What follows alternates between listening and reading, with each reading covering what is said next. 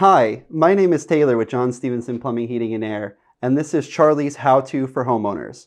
Today in this video, we're going to show you how to pull and reset this toilet right here in order to replace the wax ring.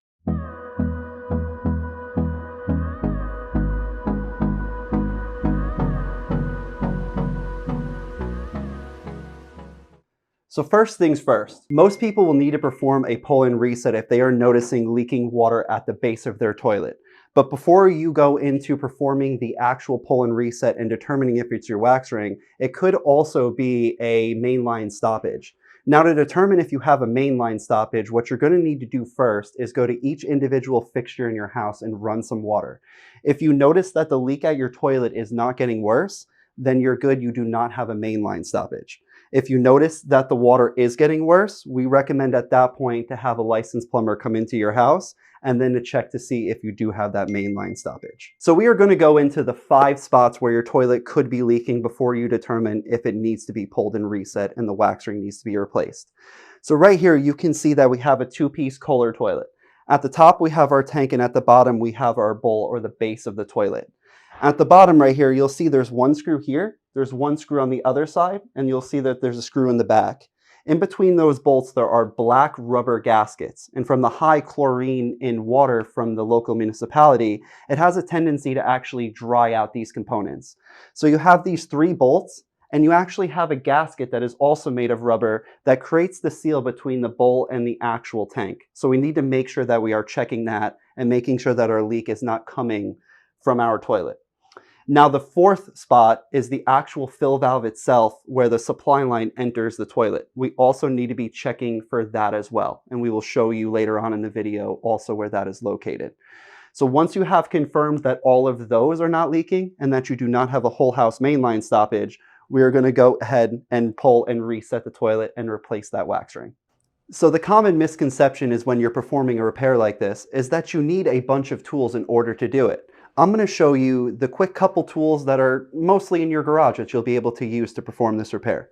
So the first one, what you're going to need is a common bucket vacuum or shop vacuum, just something to get the residual water out of the actual tank. You will also need a common paint scraper. I carry 2 of them. One is to pull the wax off and one is to actually pull the china covers off of the base of the toilet. And then you have your 7/16 speed wrench for the actual bolts, and just a small pair of channel lock pliers for whatever else you may run into.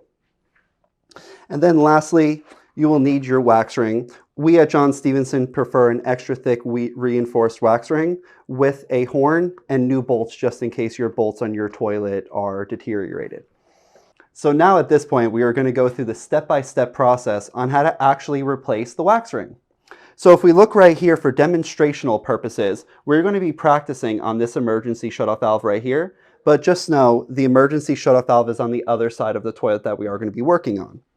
So now with the emergency shutoff valve, we can see that it is in the fully open position. This guy is a 1/4 turn emergency shutoff valve, and if you have one at home, yours is going to look just like this one. So first what we're going to do is we're going to turn it to the closed position. Now that it's in the closed position, no water should be entering our toilet. What we're going to do is we're going to first confirm that water is shut off to the toilet. It's a common problem that happens where these guys get very corroded on the inside and they do not shut off the water like they should. If this is happening to you, you can reference one of our Charlie's How-To videos on how to replace your emergency shutoff valve. So now going back to this guy, what we're going to do now that it's in the closed position is we're just going to flush the toilet and we're going to get all of that residual water out of the actual toilet. Now once we have that done, we are going to go ahead and we are going to unscrew our supply line, disconnecting it from the toilet.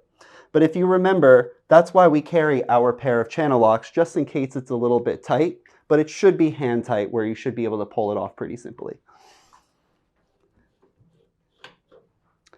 And now with our supply line and our emergency shutoff valve properly shutting off the water, we are ready to go ahead and actually pull the toilet from its toilet flange.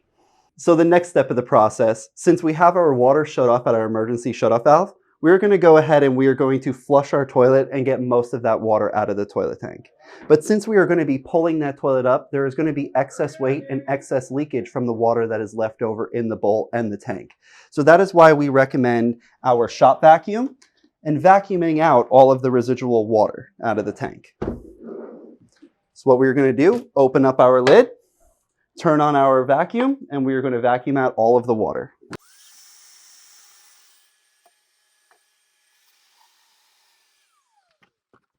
And now that all of our water is successfully out of our toilet, now we can go ahead and undo the bolts and pull our toilet off. So if you remember, I always recommend a 2-inch putty knife.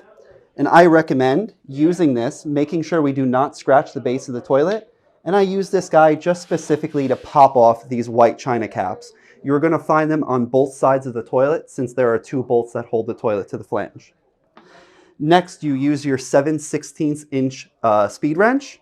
And what we're going to do, we're going to put it onto the toilet and we're going to go ahead and we're going to ratchet this off.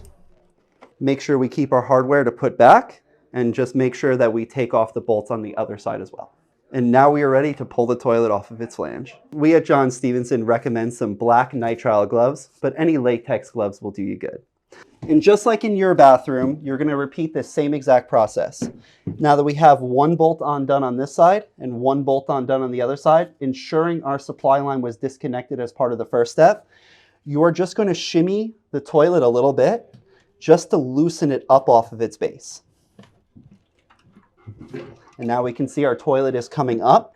In some cases, there may be silicone or there may be caulking around the base of the toilet. At that point, you would use your razor knife and you would score that line, ensuring you do not cut the floor, and then it should pull up much easier. So now that we have all of that done, we simply lift our toilet up off its base. We make sure our toilet is in a very safe location, somewhere where it will not get damaged, and then we can perform the replacement. So now this is the toilet we have recently lifted up off of the flange. In some cases, residual wax will stay on the toilet flange when you pull the toilet, but in this case, we can see the wax ring has actually stuck to the bottom of the toilet. No big deal. Just before you go and you do your reset, we need to ensure that this old wax is taken off. The way to do that, ensure you have gloves, and just by hand, you are going to remove all of the wax from the toilet itself. So now you can see we have pulled out the existing wax, we have pulled out the existing horn, and we are good to go ahead and set our new wax ring. So the next step after we have our toilet up off the base, what we prefer to do at John Stevenson is clean our wax ring using our paint scraper. So what we will do here, you can see all of this residual wax. You're going to take it and just collect it right off of the wax ring.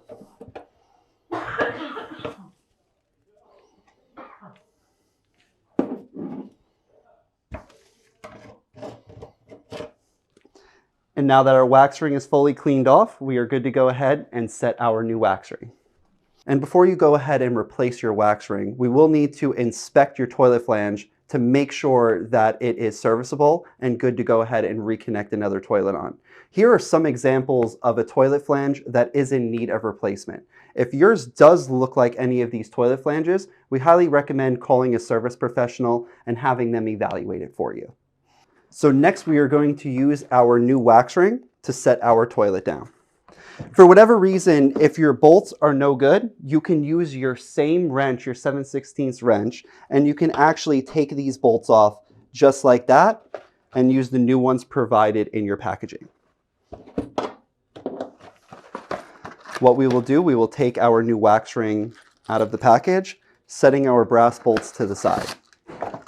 You will take it out of the packaging, just like so, and you will go ahead and you will place it on your wax ring. Push the wax ring down just a little bit and smooth your edges down onto your toilet flange. You will do this on the outside and you will do this on the inside of the toilet as well. So now with our new wax ring in place, with our new bolts in place, if needed, we are going to go ahead and set our toilet on our new wax ring. So what you will do, you're going to grab it right at the base of the toilet. You will line up your 1 bolt,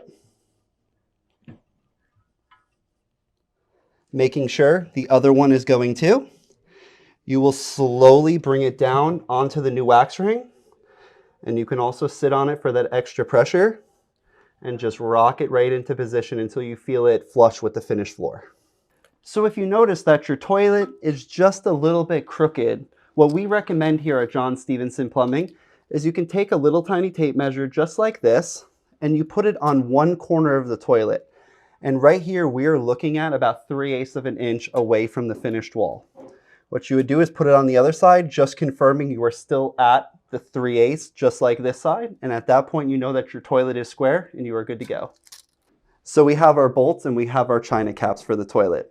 I'm going to show you guys how to properly put these guys back together. If you look at this plastic washer right here, on yours, usually they say this side up, so you'll know the proper orientation to put them up.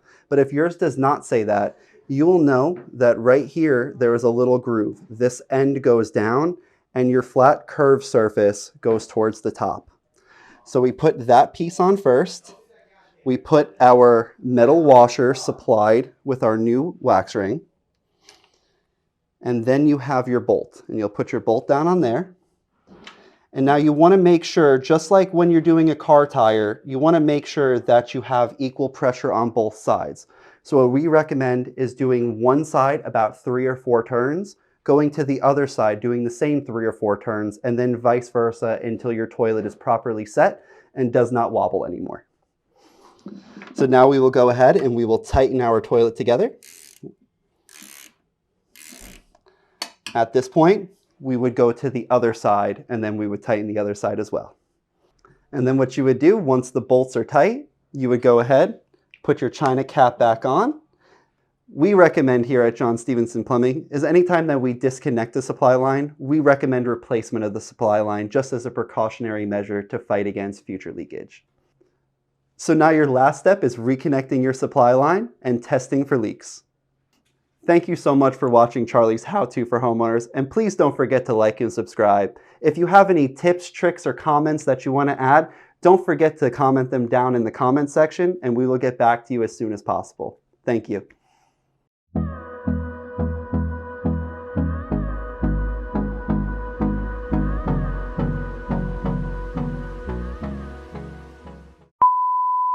This is just for training purposes. You will have your basic...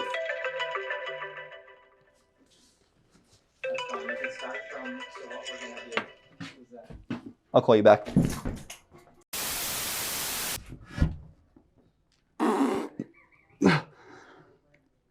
At this point, you call a licensed plumber. Most people will need a report. That's a blooper right there. Okay, delete that out. Okay, so you'll be able to edit that, right? Beautiful. You like that? I like that one a lot better. Don't forget to like and subscribe.